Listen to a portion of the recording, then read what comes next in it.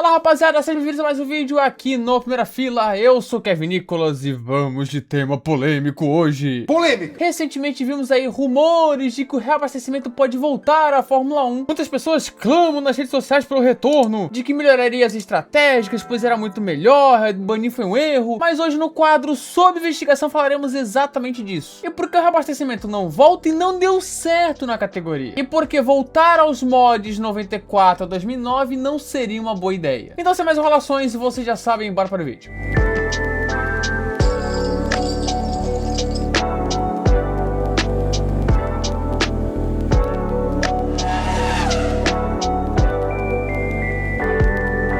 Vamos lá, gente, antes de tudo precisamos dar uma recapitulada no que foi o reabastecimento na Fórmula 1, que é bem mais antigo do que vocês imaginam. Assim, eu acho que é óbvio para todo mundo, né, de que os carros de Fórmula 1 são movidos a combustível, né, Não me diga! Mas o reabastecimento sempre foi permitido, sempre. Ali nos anos 50, 60, com uma tecnologia não tão avançada na época, os carros não eram tão eficientes no consumo. E com corridas muito longas, o ato de reabastecer se tornava uma necessidade e não um elemento estratégico. Até porque se perdia um tempo danado nos boxes, pois tudo era muito rudimentar, então o tempo ganho com o carro mais leve não compensava isso. Mas com o passar do tempo, os carros conseguiram ter uma autonomia para durar uma corrida inteira no mesmo tanque, sem sustos, e o reabastecimento deu uma morrida. Só que Nelson Piquet e Gordon Murray na Brabham dos anos 80 trouxeram isso de volta como um grande elemento estratégico. Eles conseguiram um jeito do pit não ser tão lento, e assim sendo viável fazer um stint mais leve e rápido para ganhar tempo em relação aos demais. Inclusive isso estava presente no campeonato de 83 que o Piquet conquistou o título, sendo um dos elementos que fez isso ser possível. Porém, a FIA proibiu o reabastecimento em 84. Banido! Isso pois tivemos alguns incidentes perigosos, como o de Keke Rosberg com a Williams, que também passou a utilizar essa tática, e também para limitar um pouco os carros, né, já que estava ali chegando no auge dos motores turbo. E foi também nessa época que colocaram aquele limite de combustível a ser usado durante uma corrida que gerou para nós essa fala. E o consumo, que é o grande mistério do ano, aqui pro Rio, como é que fica? Nós estamos Filha da aqui. Mas é aí que chegou o ano de 1994. Naquela temporada a FIA decidiu mudar o regulamento por completo, banindo praticamente todos os auxílios eletrônicos dos carros e introduzindo de volta o reabastecimento, para forçar os pilotos a andarem em pé embaixo a prova toda, não sei se em pé embaixo, mas no limite, e em teoria deixar as estratégias mais variadas, o que de imediato se tornou algo real. De fato, os pilotos estavam andando mais no limite durante as corridas e as estratégias estavam menos previsíveis que em 93. Porém, a longo prazo não foi bem assim. Aí chegamos em 2009, que seria o último ano do reabastecimento, por um motivo: corte de gastos. É só isso mesmo, tá? Assim, é corte de gastos. É só isso! Ah, mas piorou as corridas. Corte de gastos. Ah, mas a sustentabilidade. Corte de gastos. Ah, mas baniram porque era perigoso. Corte de gastos. O planeta estava vivendo a crise econômica de 2008 e fizeram isso para cortar um pouco dos custos de combustível, que era muito alto nesse gasto desenfreado nas corridas. Mais uma das decisões da FIA na época para cortar custos, tal qual banir os carros reservas e limitar testes. Só que é aquilo, a galera pede, tem saudosismo do reabastecimento. Cara, da hora ver os carros no limite a prova toda, que as estratégias eram muito melhores, mas não era bem assim. Para início de conversa, falaremos do principal ponto negativo dessa era: as ultrapassagens, ou falta delas. A era do reabastecimento durou de 94 a 2009, 16 temporadas, quase 2 décadas. E das temporadas que temos dados, todas essas 16 temporadas estão entre as 16 piores temporadas em números de ultrapassagem na Fórmula 1. Sim, a temporada com a maior média de ultrapassagens nessa era, que foi 2003 com 22,3 por corrida, é menor do que a pior temporada em número de ultrapassagem, seja antes ou depois disso. Basicamente, durante esse período, o número de ultrapassagens se tornou muito menor e, consequentemente, a ação na pista se tornava pior, gerando o que é, na minha opinião, a pior era da história da Fórmula 1 no quesito corridas. Tivemos campeonatos emocionantes, vários por sinal, algumas corridas marcantes, mas a corrida média desse período é pior do que a corrida média, seja antes ou depois dessa era do reabastecimento. Mas aí você vai falar, também, né, Kevin, 2011 botaram o DRS, óbvio que ia, né, alavancar as ultrapassagens. Então, cara, ignora o DRS. De 93 para 94, quando o reabastecimento foi reintroduzido na categoria e quase com os mesmos carros, o número de ultrapassagens caiu em 33%, um terço. E de 2009 para 2010, quando o reabastecimento foi banido com quase os mesmos carros também, sem DRS, o número de ultrapassagens aumentou em 83%, quase que dobrou. Isso não é coincidência, de fato piorou a ação na pista. Piorou tanto que diversas vezes se discutiu como fazer para aumentar as ultrapassagens. A FIA criou um comitê só para isso, o geral reclamava demais. Reginaldo, esse parece ser o grande desafio da Fórmula 1 hoje. Tá equilibrada, tá fantástico. 3 pilotos na liderança, o Massa logo atrás porque teve problemas uma primeira vez com o câmbio, depois com ele mesmo, que reconheceu um erro na segunda equipe, mas talvez esteja mais forte do que os outros. Tá fantástico, excepcional a Fórmula 1, mas permanece o desafio. Conseguir um jeito que os pilotos possam ultrapassar os outros, que o carro de trás possa ultrapassar o carro da frente. E aí eles vão mudando pista, vão mexendo em regulamento, e o pior é que não conseguem resolver muito bem, né? Bom dia, amigo da Globo. Não consegue mesmo, Galvão. A Fórmula 1 está num nível altíssimo. Hoje investe-se uma equipe grande 320 milhões de dólares no ano. Faz-se um monte de modificações, desde inclusive a vinda dos pneus raiados, né, a troca dos pneus slicks por esses raiados, com o objetivo de dificultar a freada e favorecer a ultrapassagem.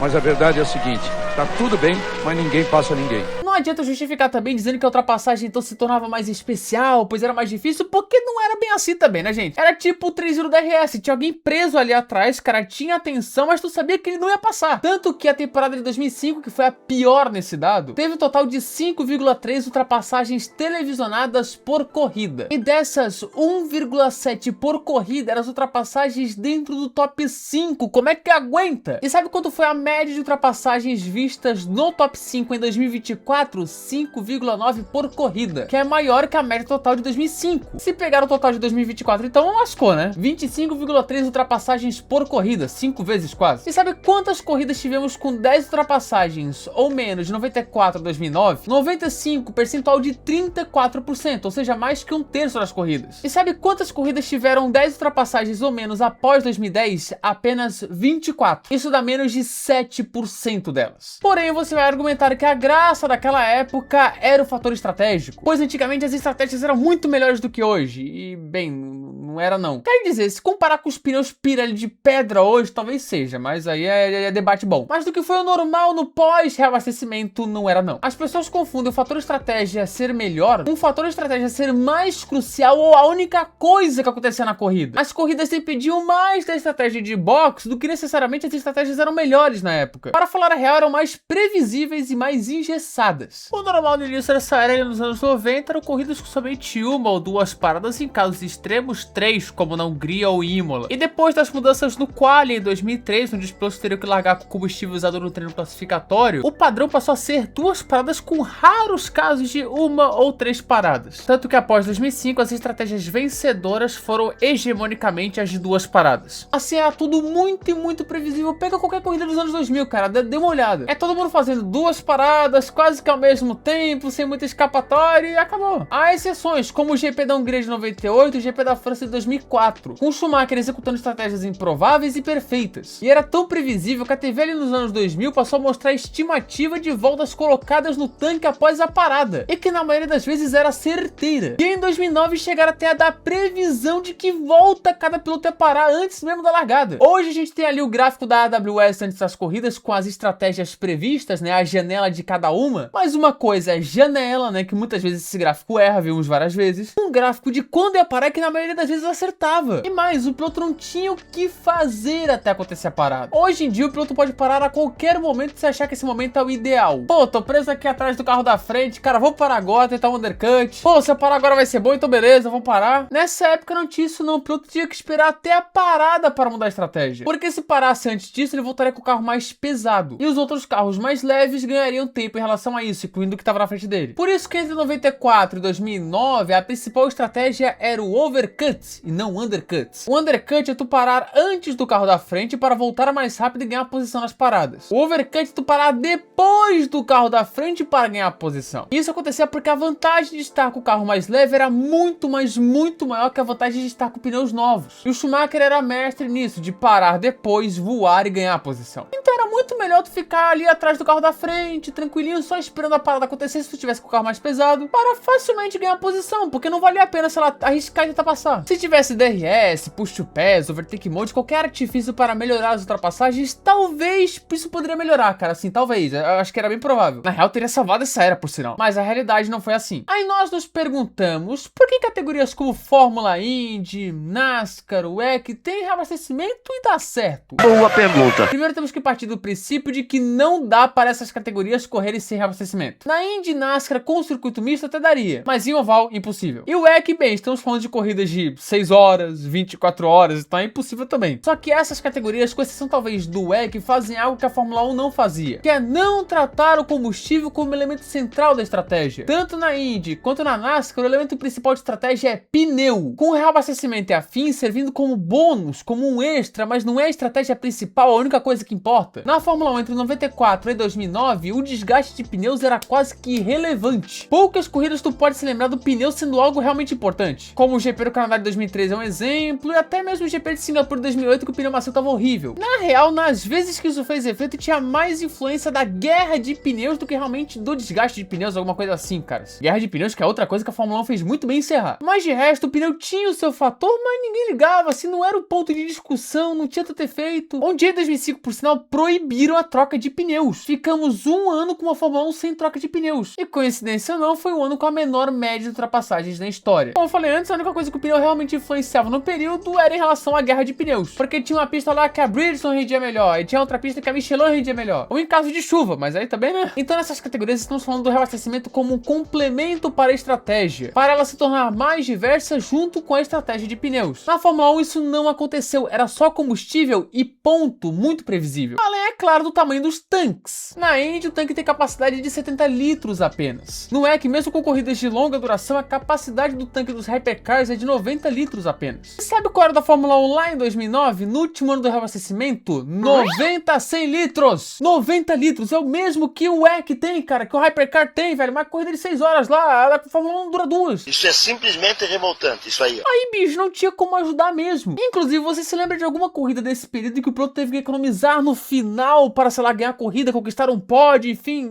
É mesmo, tu não se lembra, porque não teve. Esse período fazia o piloto apenas ser rápido com uma pitada pequenininha de gerenciamento. Favorecia os mais rápidos, mas os pilotos mais completos às vezes se lascavam. Um Senna iria destruir o Prost na área do reabastecimento, por exemplo, pois o Prost não teria uma alternativa para ganhar de forma mais cerebral, como foi nos anos 80. Tanto que quando acaba o reabastecimento, o Galvão Bueno fala o seguinte na transmissão: voltou a Fórmula 1 dos grandes pilotos e não só dos grandes carros. Correr com o carro com o tanque cheio é do tempo em que mestre Emerson Fittipaldi ensinava a todos como se dirigir, unindo velocidade e suavidade.